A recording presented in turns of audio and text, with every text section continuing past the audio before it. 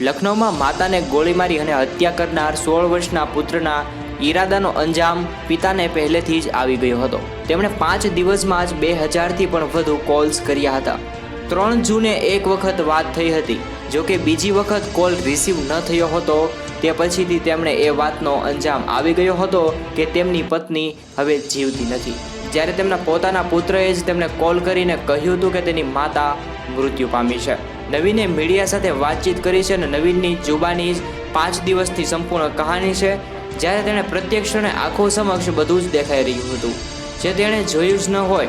આવી રીતે કહેવાય, માત્ર વાત એમ હતી કે માતાએ તેને PUBG ગેમ રમવાની ના પાડી હતી। ત્યારે એમ કહેવાય, ગેમ રમવાની ના પાડતા આ દીકરાને પસંદ ના આવ્યું અને તેની હત્યા કરી નાખી છે।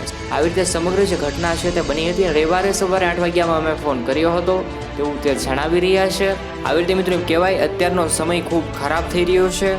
માત્ર એક જ નાની એવી વાત હતી, માત્ર એમ કહેવાય કે ગેમ રમવાની ના પાડતા માતાની ગોળી મારીને હત્યા કરવામાં આવી છે। મિત્રો, આ સમગ્ર જે ઘટના છે તેને લઈ તમારે શું કહેવું છે જરૂરથી અમને કોમેન્ટ કરીને જણાવજો મિત્રો। અને ગુજરાતના તમામ સમાચાર જોવા માટે જરૂરથી આ યુટ્યુબ ચેનલ પર નવા હોવ તો જરૂરથી યુટ્યુબ ચેનલને સબસ્ક્રાઈબ કરી નાખજો।